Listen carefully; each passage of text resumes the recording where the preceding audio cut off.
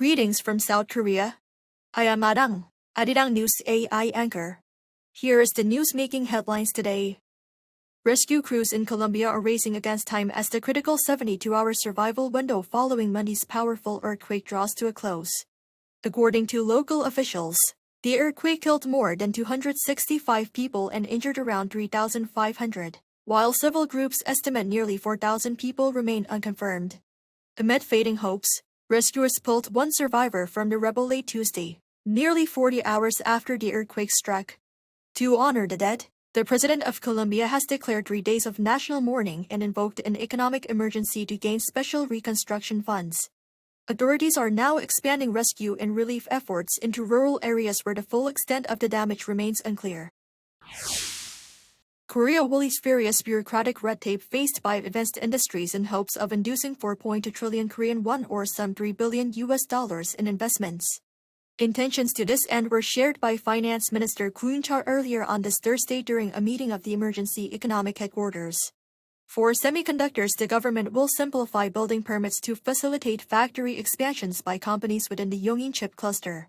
For battery recycling firms, entry barriers into industrial complexes in Gumi and Pohang will be lifted while green spaces in Utang will be converted into industrial land for bioplant expansion. Korea's automobile exports hit a new record high in July.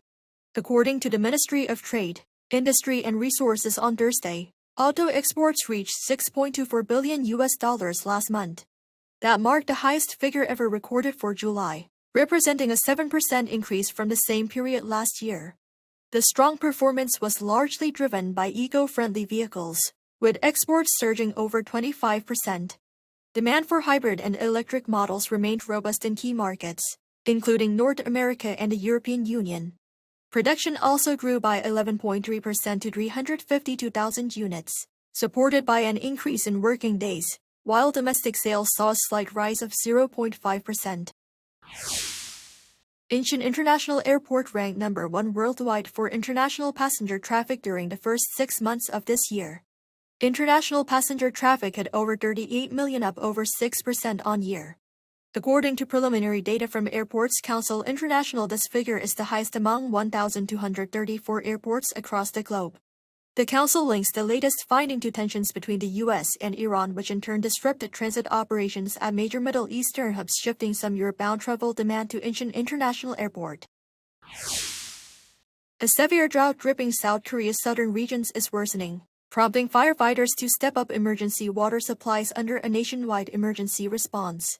For the second straight day, 200 fire trucks mobilized from 16 cities and provinces are supplying water to drought-hit areas, with efforts focused especially on Gyeongsang-Namdo province in the country's southeast.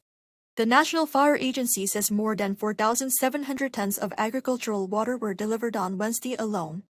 The military also joined the emergency efforts on Thursday. That is all from me today. Thank you for watching.